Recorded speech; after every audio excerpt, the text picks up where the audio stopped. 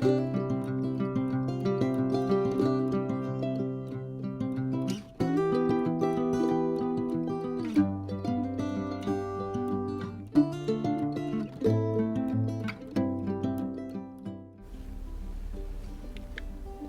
I'm interested. Does anybody else do this? As you can see, we're all set up and ready to go. And I'm giving the car and the caravan a good wash. In actual fact, I washed this car and Deborah's car that's parked in front of it at the same time. But yeah, I wash the car before we go away and the Teardrop every single time. People must think I'm crazy. I wonder, put in the comments below, do you do that? Do you wash your vehicle before you go away?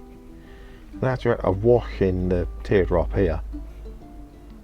And now in a second, I'm actually going to turn around and polish it. I'm actually going to teak cut it because I'm trying to get some of the smears and scratches out of the fiberglass bodywork on the Teardrop there. She's looking resplendent. I'm just tying up the two flags. Those two flags have got a purpose. They're not just because I want to be an American and I want to fly the UK flag. Lined up, ready to board Wightlink.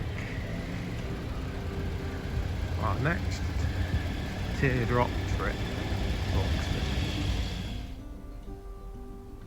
So you can see the flags are still there on the back there, so as I can see it. Now we're off. We're just about to load up onto the ferry at Fishbourne on the Isle of Wight. And we don't normally use the Fishbourne Portsmouth ferry, Wightlink. Normally we use Red Funnel. Southampton's a lot easier to get out of and closer to usually where we're heading, which is the same destination as today, which is Oxford.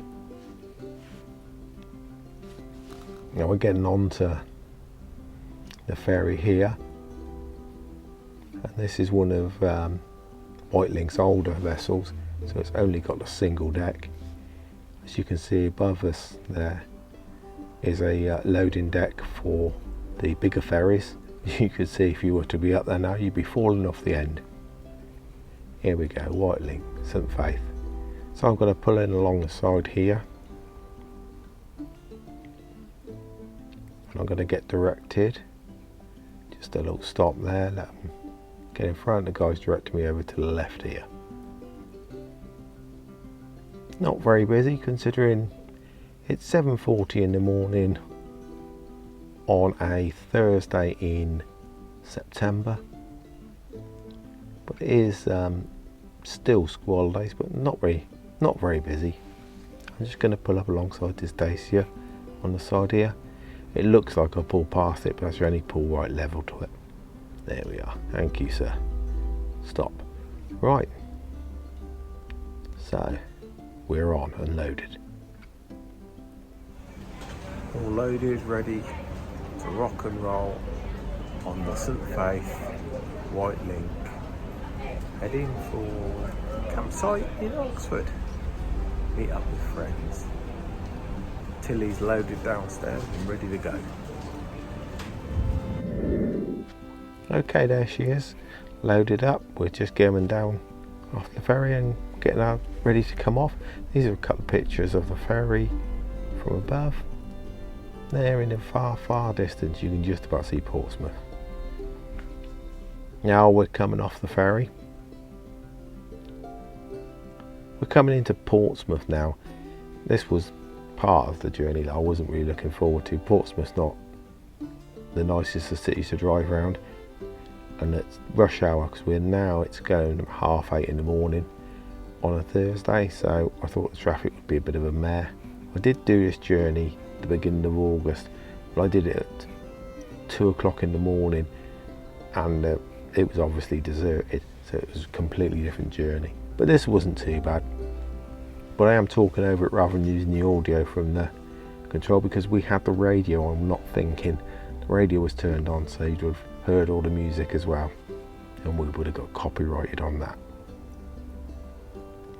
Here we go. I think Matey Boy is pulling over to set his sat-nav up. We've got our sat-nav set up, but it stops talking to us after a while, which is always interesting.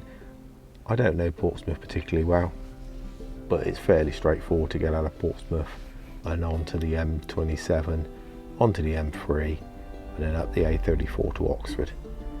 So I don't think we're going to have too many issues getting out, and we surely didn't. If you see there, that's a building there to the right, to the left of that building, sorry, is the Spinnaker Tower, which I don't think we see as we turn around here to come out of Portsmouth and start heading towards the motorway. It's well signposted on the way out. It's not so fantastic on the way back, but we found it okay.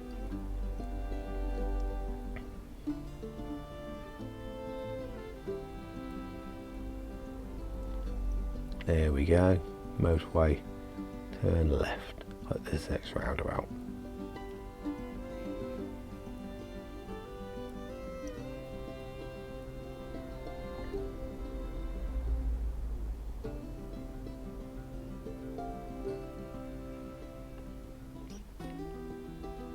Sat-nav's not talking to us at the moment, and Deborah's getting frustrated, which is another reason why we couldn't use the audio. But we'll leave it there. We'll pick it up when we're actually in Abingdon, heading for a little stop off before we get to the campsite.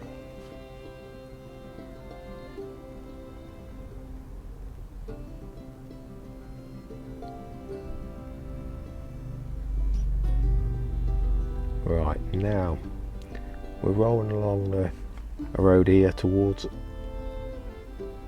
Millet's Farm, which is just outside Abingdon, just outside Marcham on the A338, and it's a garden centre come pick your own come farm shop. Here it is on the left hand side. Now, we used to go here a lot when we lived in Oxford, so we know it quite well, and I knew that there would be plenty of parking for me and the trailer, and we wouldn't get bothered.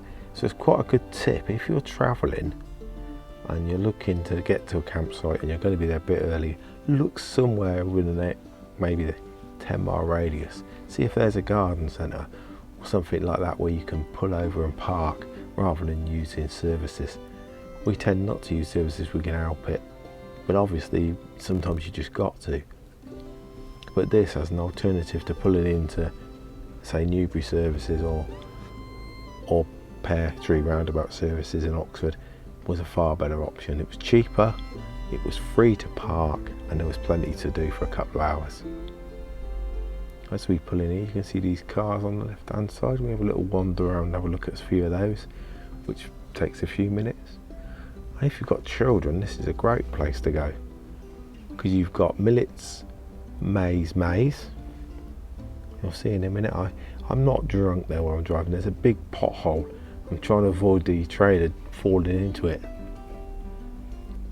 And as you can see, the ground is so dry. Just look how brown that is. We really need some rain. We've had a little bit since we've returned from this trip, but we're still very scorched here at the moment. Right, I'm going to pull it up here. Get past all these cars now. I've got all that space to park up, and nobody's going to give me any hassle. I'm not going to get blocked in. So I do a little bit of weird manoeuvre here. I don't quite know why I did this, but I'm going to pull it forward now.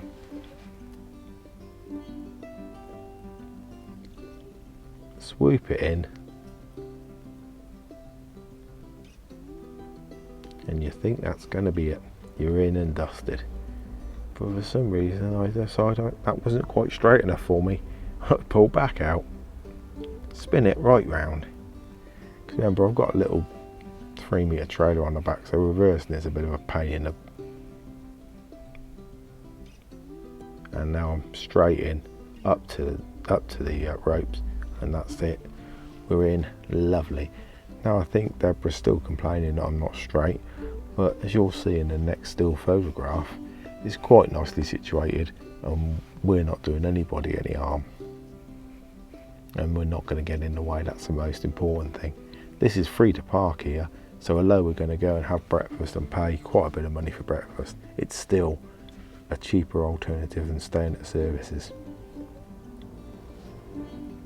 And there you go, look. I'm not in anybody's way. I can just reverse out and pull away. Here we go. Right, there's a nice Mini, a nice Austin there. Some MGs. There was lots of cars. I only took a few pictures. I've only included a couple. So we turn up at the site. Look, and you can see my 2 flags, which are there to allow me to see them when I'm towing. Here I go. Look how quick I work. See if you can see the costume change. It's coming up. There you go. Look, I got so hot I took my shirt off. That's it pretty much set up. Anything I add in there's the storage boxes with the clothes and stuff. There are the flags up and flying. I do like to have them out, even though they're really only there for so it enables me towing. There's the interior of it. Look, here I am sat outside with the music going, listening to Simple Joe. Here our friends have joined us with a nice motorhome. And my good friend there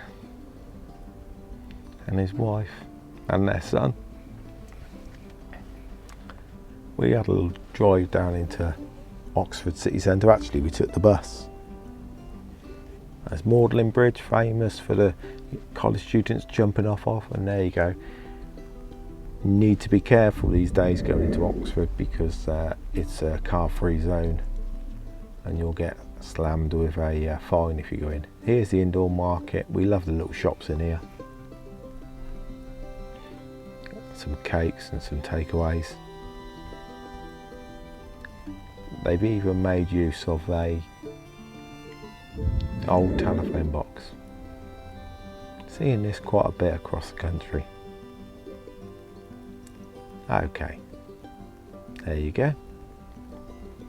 Here's a little Disney reference for my friends. And now it's time to pack up and go home. I've got a little bit of out this time.